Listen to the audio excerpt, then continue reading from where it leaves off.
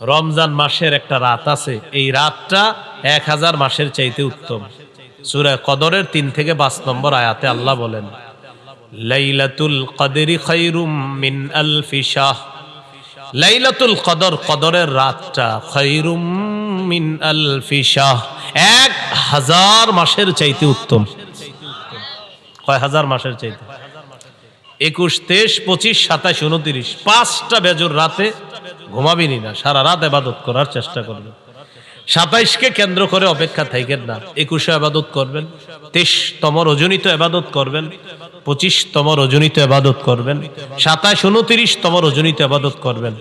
বুখারীতে ইবনে আব্বাসের একটা রিওয়ায়াত আছে, উনি বলেন 24তম রজনীতেও লাইলাতুল কদর হতে পারে। বুখারীর বর্ণনা। কত? 24তম। এই বর্ণনা দেখার পর আমার নিজস্ব উপলব্ধি কি জানেন? শেষের দশকে জোর বেজোর বুঝি না, পুরা 10টা রাতই ইবাদতে কাটানো। শেষের দশক পুরো ইবাদতে কাটান। এর সহজ সিস্টেম, এতেকাফে বসে যান। এতেকাফে বসে যান, বাস শেষ দশক, শেষ 10 রাতটা আপনি শুধু ইবাদতে কাটাবেন। এর সহজ উপায় কি? এতেকাফে যদি বসে যান, তখন তো আপনি সারাক্ষণ ইবাদতে আছেন। সুবহানাল্লাহ। এইজন্য যারা এতেকাফে বসে তারা তো লাইলাতুল কদর পেয়েই গেলেন। জানটা শেষের দশকটা একদম মনোযোগ সহকারে প্রতিদিন ইবাদত করবেন, প্রতি রাত বেশি থেকে বেশি ইবাদত করবেন। আল্লাহ তৌফিক দান করেন। এরপরেও যেন বেজর রাত্রিগুলো একটাও আমাদের মিস না হয়। মনে থাকবে তো ইনশাআল্লাহ? আল্লাহ তৌফিক দান করেন। এই হলো রমজান মাসের গুরুত্ব। এখন আমরা জানবো রোজার গুরুত্ব। রোজা, রোজা, সিয়াম। সৌমের আবিধানিক অর্থ হলো আল ইমতিনা, বিরত থাকা। সৌমের আবিধানিক অর্থ হলো বিরত থাকা। কথা না বলাকেও সৌম বলা হয়। কথা না বলাকেও কি বলা হয় ভাই? কথা না বলা কাকে বলে দেখেন তো, আমার দিকে তাকান। এই যে কথা বললাম না, চুপচাপ থাকলাম, এটাকে কি বলা হয়? সৌম বলা হয়। পেরেশান হয়েন না, হ্যাঁ? ফ্যান খুঁজতেছেন, পেরেশান হয়েন না, সমস্যা নেই। হ্যাঁ, আমার গরম দেখে উনি পেরেশান যে ফ্যান লাগবে না, ফ্যান লাগবে না।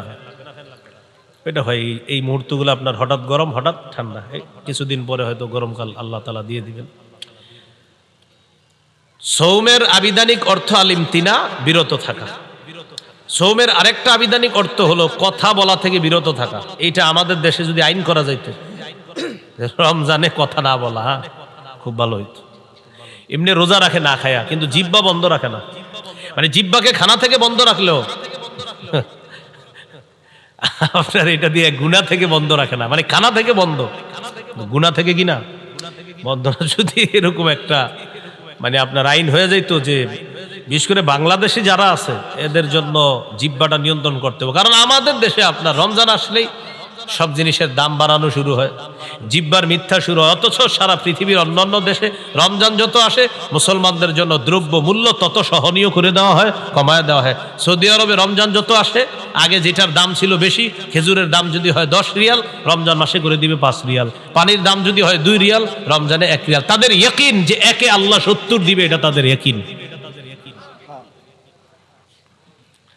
আমরা কি করি? যত রমজান কাছে আর খালি খুঁজে হুজুর যে কি কি খায় মুসলমান। 1 নাম্বার খেজুর, বাস বাড়াও দাম। 2 নাম্বার, রমজানের কতটুকু অংশ গরম থাকবে? শেষ 20 গরম থাকবে। এবার রমজান আপনার শেষের 20 একটু গরম হবে, তাহলে তরমুজ আটকায় রাখো। শেষের 20-এ মারো তরমুজ ইচ্ছা মতো। প্রথমে আটকায় রাখবে, ছাড়বে না প্রথম দিকে। তখন এটা বাড়াবে, গুদামজাত করবে, এরপরে আপনার এটা সময় মতো বাড়ায় দিবে। এটা কি বলেন ভালো কাজ হলো না এটা সুযোগের অসৎ ব্যবহার করা হলো? অসৎ ব্যবহার। এটা মুসলমানকে, রোজাদারকে কষ্ট দেওয়ার শামিল। আল্লাহ হেফাজত করেন। এই হলো আপনার রমজান মাস। সৌমের একটা অর্থ হলো কথা থেকে বিরত থাকা, এটাও সৌমের একটা অর্থ। যেমন পবিত্র কোরআনে সূরা মারিয়ামে আছে, ঈসা নবীকে তার আম্মা যখন কোলে নিয়ে মানুষের কাছে যাইতেছে, টেনশনে পড়ে গেছে। ঈসা নবীর আম্মা বলতেছে, আল্লাহ ইয়া লাইতানি মিত্তু ক্বাবলা হাদা, আহারে এই দৃশ্যের আগে যদি আমি মারা যাইতাম ভালো হইতো। ওয়া কুনতু নাসিয়াম মানসিয়া, আমার যদি সব ভুলাইয়া দেওয়া হইতো, আমি যদি এমন হইতাম যে সব ভুলে গেছি, তাহলে ভালো হতো। আমার যদি সবাই ভুলে যেত ভালো হতো। কারণ আমি এখন সন্তান নিয়ে যাব, আমার স্বামী নাই, কোনো পুরুষ আমাকে স্পর্শ করে না, জাতি তো আমাকে বলবে সন্তান করতে গেছে। তো বলতেছে ইয়া লাইতানি মিত্তু ক্বাবলা হাযা, হায় আমি যদি এর আগে মারা যাইতাম। ঈসা নবীর আম্মা এটা বলতেছে। তো আল্লাহ তাআলা ঈসা নবীর আম্মাকে বললেন, فإما ترين من البشر أحدا فقولي إني نذرت للرحمن صوما فلن أكلم اليوم إنسيا। তুমি যদি মানুষের মধ্যে কাউকে দেখো তোমারে ডিস্টার্ব করতে পারে মানুষ, তখন তুমি বলবা ইন্নী নাযারতু লিররহমানি সাওমা, আমি কথা না বলার মানত করেছি, আমি রহমানের জন্য কথা না বলার মানত করেছি। এই যে সৌমা, সৌমা মানে কথা না বলার মানত করা। তাহলে সৌমের একটা অর্থ কি? কথা না বলা। ফালান উকাল্লিমাল ইয়াউমা ইনসিয়া, আজ আমি কিছুতেই কার সাথে কথা বলবো না, কোনো মানুষের সাথে কথা বলবো না। মাহফিল হইতেছে নাকি? আরেকটা কিসের আওয়াজ? কিছু বেচতেছে মনে হয় কেউ মাইক দিয়ে। নিষেধ করেন তো, এরকম আপনাদের মাহফিলের পাশে মাইক বাজবে কেন? তো আল্লাহ তাআলা বললেন, মারিয়াম তুমি কোনো পুরুষকে যখন দেখবা, মানুষকে দেখার পর বলবা আমি রহমানের জন্য কথা না বলার মানত করেছি, আমি কারোর সাথে কথা বলবো না। খুব মন দিয়ে শুনবেন, বুঝাইতে চাইলাম সৌমের একটা অর্থ হলো কথা বলা থেকে বিরত থাকা। তো আমি বলতেছিলাম রমজান মাসে জিহ্বাটারে বিরত রাখার খুব চেষ্টা করা। কেন? একটু বুঝেন। হাদিসে আসছে রাসূল সাল্লাল্লাহু আলাইহি সাল্লাম বলেছেন, সিয়াম হলো ঢাল, যতক্ষণ এই ঢালটাকে ছিদ্র না করা হবে। বলেন তো সিয়াম কি? ঢাল, জাহান্নাম থেকে বাঁচার ঢাল। এটাকে যতক্ষণ কি না করা হবে? ছিদ্র। রোজা নামক ঢাল ছিদ্র হয় দুটি অপরাধে। কয় অপরাধে? মিথ্যা এবং গীবত। এখন আপনারা বলেন মিথ্যা গীবত হয় কি দিয়ে? জিহ্বা দিয়ে। তাহলে রমজানের রোজাটা হলো ঢাল, ততক্ষণ যতক্ষণ এটাকে ছিদ্র না করা হবে। রমজান নামক রোজা বা রমজানের মাসের যে রোজা, এই রোজা নামক ঢালটা ছিদ্র হয় দুটি অপরাধে। একটি হলো মিথ্যা বলা, আরেকটি হলো গীবত করা। মিথ্যা এবং গীবত হয় জিহ্বা নামক অঙ্গের মাধ্যমে। তাই আজকে থেকে চেষ্টা করা আমরা জিহ্বাকে নিয়ন্ত্রণ করা, এটার মাধ্যমে যেন আমাদের রোজাগুলা ছিদ্র না হয়, যথাসাধ্য চেষ্টা করা। আল্লাহ হেফাজত করুন। তাহলে এবার আপনারা বলেন রোজা ছিদ্র হয় কয় অপরাধে? কি কি? মিথ্যা আর গীবত হয় কোন অঙ্গের মাধ্যমে? তাহলে জিহ্বাকে এখন থেকেই সংযত করা, নিয়ন্ত্রণ করা। আল্লাহ তৌফিক দান করেন। তিরমিজির হাদিস 2406 নম্বর হাদিস, 2406। এই হাদিসের বর্ণনাকারী উকবা ইবনে আমির রাদিয়াল্লাহু তাআলা তিনি রাসূল সাল্লাল্লাহু আলাইহি সাল্লামকে প্রশ্ন করলেন, মান নাজাতু ইয়া রাসূলুল্লাহ, ওগো আল্লাহর রাসূল মুক্তির উপায় কি আমি আপনার কাছে জানতে চাই। রাসূলুল্লাহ সাল্লাল্লাহু আলাইহি সাল্লাম বললেন মুক্তির উপায় তিনটি। ভাই মুক্তির উপায় কয়টি? তিনটি। এক নাম্বার, আমসিক আলাইকা লিসানাক, তুমি তোমার জবান সংযত রাখবা, জিহ্বা সংযত রাখবা। এটা মুক্তির এক নাম্বার উপায়। এখান থেকে বোঝা যায় জিহ্বা আপনাকে বিপদে ফেলবে। নবী বললেন মুক্তির এক নাম্বার উপায় জবান নিয়ন্ত্রণ করবা। দুই নাম্বার, ওয়ালিয়াসাকা বাইতুকা, তোমার ঘর যেন তোমার জন্য প্রশস্ত হয়। এটার উদ্দেশ্য হলো আপনি কাজ শেষ করে তাড়াতাড়ি বাসায় চলে যাবেন। 6টা বাজে বাসায় যাওয়ার কথা, আপনি রাত 10টা 11টা বাজছে এখনো বাসায় যান না। স্ত্রী ফোন দিয়েছে, কি ব্যাপার 6টায় বাসায় আসার কথা, সর্বোচ্চ 6:30 7টা বাজতে পারে, আপনি এখনো আসেন নাই কেন? বন্ধুদের সাথে আছি। না, বন্ধুদের সাথে থাকা যাবে না। আপনার কাজ শেষ, বাসা, বাসা থেকে বের হয়েছেন কাজ, হয়তো কাজে নয়তো বাসা, নয়তো বাসা নয়তো কাজে, অন্য কোথাও থাকবেন না। নবী বলেন মুক্তির 2 নাম্বার উপায় বাসায় থাকো। কেন? কারণ বাহিরে যেই গুনাহগুলো আপনি করবেন আপনার স্ত্রী, সন্তান, মা বাবার সামনে সেগুলা মন চাইলেও করতে পারবেন না। তাই নবী বললেন মুক্তির 2 নাম্বার উপায় বাসায় থাকো। ওয়ালিয়াসাকা বাইতুকা, ঘর যেন তোমার জন্য প্রশস্ত হয়। তাহলে কি শিখলাম? আড্ডাবাজি করা যাবে না। 3 নাম্বার, ওয়াবকি আলা খাতিআতিক, তুমি তোমার গুনাহের জন্য কান্নাকাটি করো। তুমি তোমার গুনাহের জন্য কান্নাকাটি করো। তাহলে এখানে মুক্তির 3টা উপায়। 1 নাম্বার জিহ্বা সংযত রাখা, জবান সংযত করা। বলেন তো রোজা নামক ঢাল ছিদ্র হয় কয় অপরাধে? কি কি? মিথ্যা গীবত হয় কি দিয়ে? নবী মুক্তির উপায় বলছে কয়টা? এর মধ্যে 1 নাম্বার কি নিয়ন্ত্রণ করা? জিহ্বা।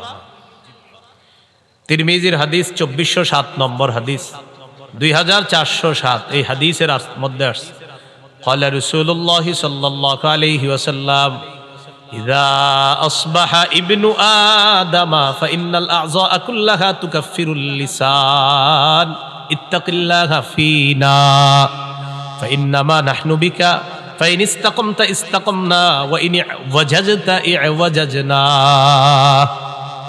আদম সন্তান যখন সকালে ঘুম থেকে ওঠে, আমরা যখন আগামীকাল সকালে ঘুম থেকে উঠব, আমার আপনার সমস্ত অঙ্গ প্রত্যঙ্গগুলা জিহ্বাকে ডাক দেয়। কাকে? জিহ্বাকে ডেকে বলে ইত্তাকিল্লাহা ফিনা, ও জিহ্বা আমাদের ব্যাপারে আল্লাহকে ভয় করো। পা জিহ্বাকে ডাক দেয়, হাত জিহ্বাকে ডাক দেয়, নাক জিহ্বাকে ডাক দেয়, চোখ জিহ্বাকে ডাক দেয়, কান জিহ্বাকে ডেকে বলে ও জিহ্বা আমাদের ব্যাপারে আল্লাহকে ভয় করো। ফাইন্নামা নাহনু বিকা, কারণ আমরা তোমার মাধ্যমে নিয়ন্ত্রিত। জিহ্বাকে বলে সবাই। ফাইন ইস্তাকামতা ইস্তাকামনা, জিহ্বা তুমি যদি সোজা থাকো আমরাও সোজা থাকবো, ঠিক থাকবো। ওয়া ইন ইওয়াজাজতা ইওয়াজাজনা, জিহ্বা তুমি যদি বাঁকা হয়ে যাও আমরাও বাঁকা হয়ে যাব। তাহলে বলেন তো, রোজা নামক ঢাল ছিদ্র হয় কয় অপরাধে? কি কি? মিথ্যা গীবত হয় কোন অঙ্গ দিয়ে? জিহ্বা দিয়ে। সমস্ত অঙ্গ প্রত্যঙ্গ কাকে বস মানে? জিহ্বা। জিহ্বা বস সবার, এজন্য এটা নিয়ন্ত্রণ করেন না। তিরমিজির হাদিস 2408 নম্বর হাদিস, قال رسول الله صلى الله عليه وسلم من يتكفل لي ما بين لحييه وما بين رجليه اتكفل له بالجنة। রাসূলুল্লাহ সাল্লাল্লাহু আলাইহি সাল্লাম বলেন, আমার কোন উম্মত যদি দুটি অঙ্গের নিশ্চয়তা আমাকে দিতে পারে, যে সে জিহ্বা দিয়ে গুনাহ করে না আর লজ্জাস্থান দিয়ে গুনাহ করে না, দুই চোয়ালের মাঝের অঙ্গ তথা জিহ্বা, দুই রানের মাঝের অঙ্গ তথা লজ্জাস্থান, এই দুটি অঙ্গ দিয়ে সে গুনাহ না করার নিশ্চয়তা যদি আমাকে দিতে পারে, আমি নবী তাকে জান্নাতে নেওয়ার জিম্মাদার হয়ে যাব। তিরমিজির হাদিস 2409 2409 قال رسول الله صلى الله عليه وسلم من وقاه الله شر ما بين لحييه وما بين رجليه دخل الجنة। রাসূলুল্লাহ সাল্লাল্লাহু আলাইহি ওয়াসাল্লাম বলেন, আল্লাহ তাআলা যদি কোনো ব্যক্তিকে জিহ্বা এবং লজ্জাস্থানের গুনাহ থেকে হেফাজত করে, অনিষ্টতা থেকে হেফাজত করে, আল্লাহ তাআলা যদি আমাকে আপনাকে জিহ্বা এবং লজ্জাস্থানের অনিষ্টতা থেকে হেফাজত করে, বাঁচায়, নবী বলেন সে মরবে, দাখালাল জান্নাহ, জান্নাতে প্রবেশ করবে। আল্লাহর কাছে বলে, আল্লাহ জিহ্বার অপরাধ থেকে বাঁচান, লজ্জাস্থানের অপরাধ থেকে আমাকে বাঁচান। বলেন আমিন। তিরমিজির হাদিস 2410 নম্বর হাদিস। এই হাদিসের বর্ণনাকারী সুফিয়ান রাদিয়াল্লাহু তাআলা, তিনি রাসূলুল্লাহ সাল্লাল্লাহু আলাইহি ওয়াসাল্লামকে বললেন, হাদ্দিসনি বিআমরিন আ'তাসিমু বিহি ইয়া রাসূলুল্লাহ, হুজুর আমাকে এমন কিছু বলেন যেটা আমি মজবুত ভাবে আঁকড়ে ধরবো, এমন কিছু আমাকে বলেন। ফাকাল রাসূলুল্লাহ সাল্লাল্লাহু আলাইহি ওয়াসাল্লাম, কুর রাব্বিয়াল্লাহ সুম্মা ইসতাকিম, তুমি বলো আমার রব আল্লাহ, এটার উপর অটল থাকবা। বলেন রাব্বিয়াল্লাহ, বলেন আবার রাব্বিয়াল্লাহ, আল্লাহ আমার রব, বা আমার রব আল্লাহ। নবীজি বললেন তুমি এই কথাটা বেশি বেশি বলবা আর এটার উপর অটল থাকবা যে আমার রব আল্লাহ, আমার রব আল্লাহ, রব্বি আল্লাহ, আমার রব আল্লাহ। এর মানে হলো লা ইলাহা ইল্লাল্লাহ, আরো যত কিছু আছে এগুলা বেশি বেশি বলা, মানে আপনি স্বীকৃতি দেওয়া আমার রব আল্লাহ, এই কথার উপর অটল থাকা। এবার সাহাবী গুরুত্বপূর্ণ একটা প্রশ্ন করলেন রাসূল সাল্লাল্লাহু আলাইহি সাল্লামকে, মা আখওয়াফু মা তাখাফু আলাইয়া ইয়া রাসূলুল্লাহ, হুজুর আমার জন্য সবচেয়ে বিপজ্জনক আপনি কি মনে করেন? নবীজিকে প্রশ্ন করলেন, ইয়া রাসূলুল্লাহ আমার জন্য সবচেয়ে বিপজ্জনক বিষয় কোনটি আপনি মনে করেন, আপনার কাছে জানতে চাই। ফাখাযা বিলিসানি নাফসিহি, নবী নিজের জিহ্বা মুবারক ধরে বললেন, হাযা, এটা, হাযা, এটা। নবী নিজের জিহ্বা ধরে বললেন, এটা, এটা তোমার জন্য সবচেয়ে বিপজ্জনক মনে করি। কেমন যেন আমাকে আপনাকে সকলকে এটার দ্বারা আল্লাহ রাসূল হুঁশিয়ার বানিয়ে দিচ্ছেন। এক সাহাবীকে নবীজি বলতেছেন তোমার জন্য সবচেয়ে বিপজ্জনক মনে করি, নিজের জিহ্বা দেখায় বলতেছে হাযা, এটা, এটা, এটা। শুধু কি সাহাবীকে বলেছেন না আমাদের সকলকে? সকলকে, এটা, এটা সবচেয়ে বিপজ্জনক। তাহলে মূল কথায় চলে আসি, রোজা ছিদ্র হয় কয় অপরাধে? কি কি? মিথ্যা গীবত হয় কোন অঙ্গ দিয়ে? জিহ্বা। সবচেয়ে বিপজ্জনক অঙ্গের নাম কি? সমস্ত অঙ্গ প্রত্যঙ্গের বসের নাম কি? জিহ্বা। সবাই সকালবেলা কারে ডাকতে থাকে? জিহ্বা। তাহলে এটা বেশিরভাগ মানুষকে জাহান্নামে নিবে। আল্লাহ হেফাজত করেন। তিরমিজির হাদিস 2616 নম্বর হাদিস, 2616 হাদিসের বর্ণনাকারী মুআয ইবনে জাবাল রাদিয়াল্লাহু তাআলা তিনি বলেন, কুনতু মা রাসূলিল্লাহি সাল্লাল্লাহু আলাইহি ওয়াসাল্লাম ফি সাফারিন, আমি রাসূলুল্লাহ সাল্লাল্লাহু আলাইহি সাল্লামের সাথে এক সফরে ছিলাম। فأصبحت يوما قريبا منه ونحن نسير فأصبحت قريبا منه ونحن نسير। নবীর সাথে এক সফরে ছিলাম। সফরে চলতে চলতে একদিন সকালবেলা নবীর কাছাকাছি পৌঁছে গেলাম। বুঝছেন তো সফরটা, মানে ওই যুগের সফর কেমন হতো? কেউ হেঁটে, কেউ ঘোড়ায়, তো এইভাবে লম্বা বাহিনী। তো সাহাবী বলেন ওই সফরের মধ্যে আমিও ছিলাম। আমি একদিন নবীর কাছাকাছি চলে গেলাম সকালবেলা নবীর কাছাকাছি যাওয়ার পর আমি নবীজিকে গুরুত্বপূর্ণ একটা বিষয়ে জানতে চাইলাম। তাহলে এই বিষয়গুলো আমাদের গুরুত্ব সহকারে জানতে হবে। হ্যাঁ, সবাই খুব মন দেন। সাহাবী বললেন, আখবিরনি বিআমালিন ইউদখিলুনিল জান্নাহ ওয়া ইউবাঈদুনি মিনান নার। হুজুর, আমারে এমন কিছু আমল বলেন যে আমলটা আমাকে জান্নাতে প্রবেশ করাবে, জাহান্নাম থেকে আমাকে দূরে রাখবে, এমন কিছু আমাকে বলেন। ফাকালা রাসূলুল্লাহ সাল্লাল্লাহু আলাইহি ওয়াসাল্লাম, নবীজি বললেন, তা'বুদুল্লাহ লা তুশরিকু বিহি শাইআ। রাসূলুল্লাহ সাল্লাল্লাহু আলাইহি সাল্লাম বললেন, তুমি আল্লাহর ইবাদত করবা, আল্লাহর সাথে শিরিক করবা না। ওয়া তুকিমুস সালাহ, তুমি নামাজ কায়েম করবা। ওয়া তুতিজ যাকাহ, তুমি যাকাত আদায় করবা। ওয়া তাহুজ্জুল বাইতা, তুমি হজ করবা। ওয়া তাসুমু রমাদান, তুমি রমজানে রোজা রাখবে। এখন বলেন তো, ইসলামের মৌলিক বিধানগুলো চলে আসছে না কথার মধ্যে? রাসূলুল্লাহ সাল্লাল্লাহু আলাইহি সাল্লাম বললেন, আলা আদুল্লুকা আলা আবওয়াবিল খাইর। আচ্ছা, আমি কি তোমাকে কল্যাণের দরজাসমূহের কথা বলবো না? এবার নবীজি বললেন, কল্যাণের অনেকগুলা দরজার মধ্যে উল্লেখযোগ্য দরজা হলো 3টি। কল্যাণের উল্লেখযোগ্য দরজা কয়টি? 1 নাম্বার আস-সাওমু জুন্নাহ, 1 নাম্বার কল্যাণের দরজা হলো সিয়াম, রোজা রাখা। 2 নাম্বার আস-সাদাকাতু তুতফিউল খাতিআতা কামা ইউতফিউল মাউন নার। 2 নাম্বার কল্যাণের দরজা হলো সদকা করা। সদকা এমন একটি ইবাদত, পানি যেমন আগুনকে নিভিয়ে দেয়, সদকা মানুষের গুনাহগুলোকে ধুয়ে মুছে সাফ করে দেয়। তুতফিউ, নিভিয়ে দেয়, সদকা গুনাহকে মিটিয়ে দেয়, নিভিয়ে দেয়। পানি যেমন আগুনকে নিভিয়ে দেয়, তো সদকা গুনাহকে এমন ভাবে মিটিয়ে দেয়, বিলীন করে দেয়, পানি যেমন আগুনকে বিলীন করে দেয়, মিটিয়ে দেয়। তো সদকা 2 নাম্বার দরজা। 3 নাম্বার ওয়া সালাতুর রাজুলি বি জাওফিল লাইল, রাতে তাহাজ্জুদ পড়া। কি পড়া? রাতে তাহাজ্জুদের নামাজ পড়া রাতের বেলা। এখন আপনার রিজিক দরকার, কল্যাণ দরকার, তো এই 3 ইবাদত বাড়ায় দিতে হবে আপনার। রোজা রাখা, সদকা করা, তাহাজ্জুদ পড়া। বলতে পারেন, হুজুর আমার তো টাকাই নেই, সদকা করবো কি? 1 টাকা দিবেন, 1 টাকা থাকলে 1 টাকাই সদকা করবেন। তাহলে রোজা রাখা, সদকা করা, তাহাজ্জুদ পড়া, এটা হলো আপনার কল্যাণের দরজা। নবীজি এটা বলার পর বললেন, আলা উখবিরুকা বিরাসিল আমরি কুল্লিহি ওয়া আমুদিহি ওয়া দিরওয়াতি সানামি। আচ্ছা, আমি কি তোমাকে কোন জিনিসের মূল কোনটা এটা বলবো না, খুঁটি কোনটা এটা বলবো না, আর সর্বোচ্চ চূড়া কোনটা এটা বলবো না? তখন নবী বললেন, রাসুল আমরি আল ইসলাম, মূলের নাম ইসলাম। সুবহানাল্লাহ। ভাই, মূলের নাম কি?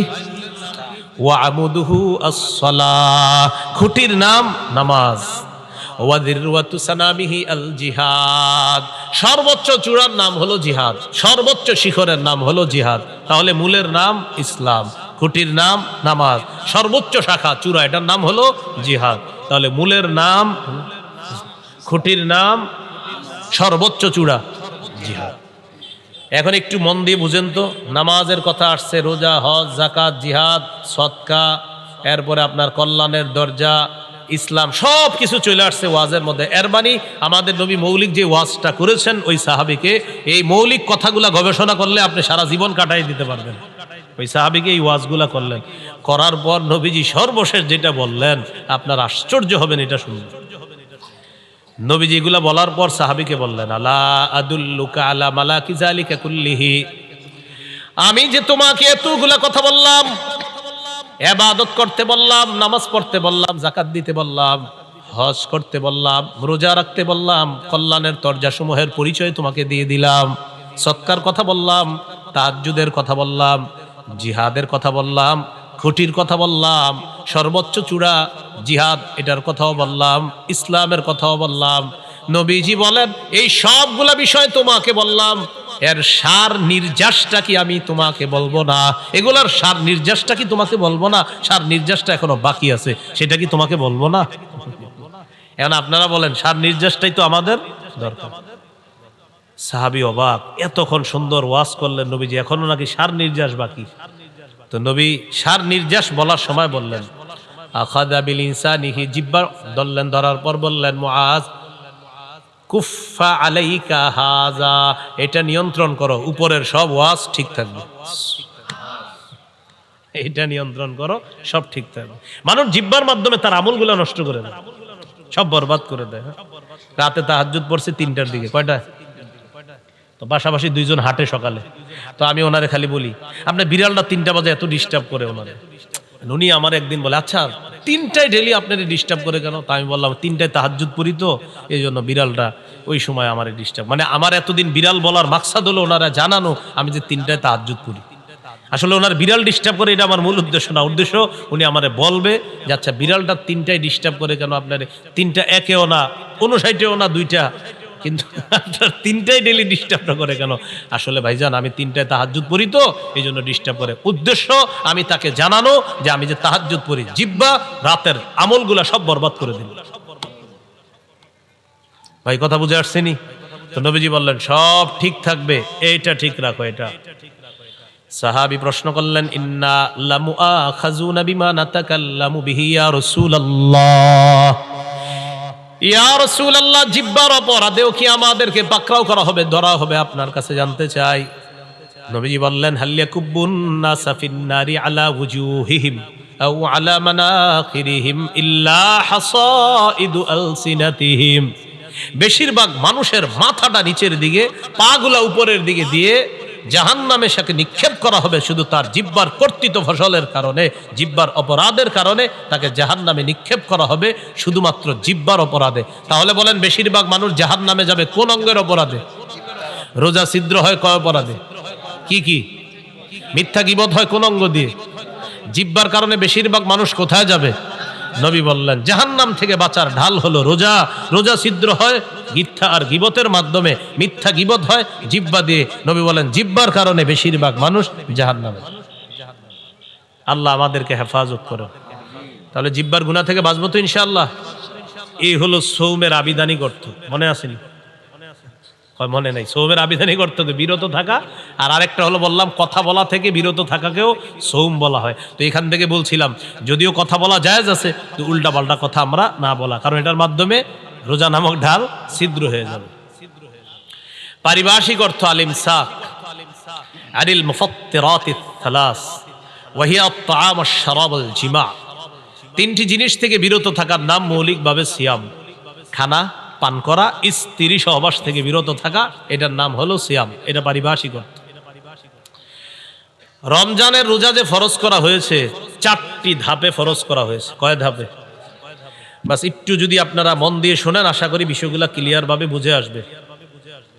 একটু আমার সাথে বলেন, বলেন অভ্যাস, আদেশ, ফরজ, তবে একটু ছাড়। বলেন 4 নাম্বার ফরজ, কোনো ছাড় নাই। আবার 1 নাম্বার, বলেন 1 নম্বর অভ্যাস, 2 আদেশ, 3 ফরজ, তবে ধনীদের জন্য ছাড় ছিল। বলেন ধনীদের জন্য 4 নাম্বার, বলেন 4 নাম্বার ধনী গরিব সবার উপর ফরজ, কোনো ছাড় নাই। এই 4টি ধাপে রমজানের রোজা ফরজ করা হয়েছে।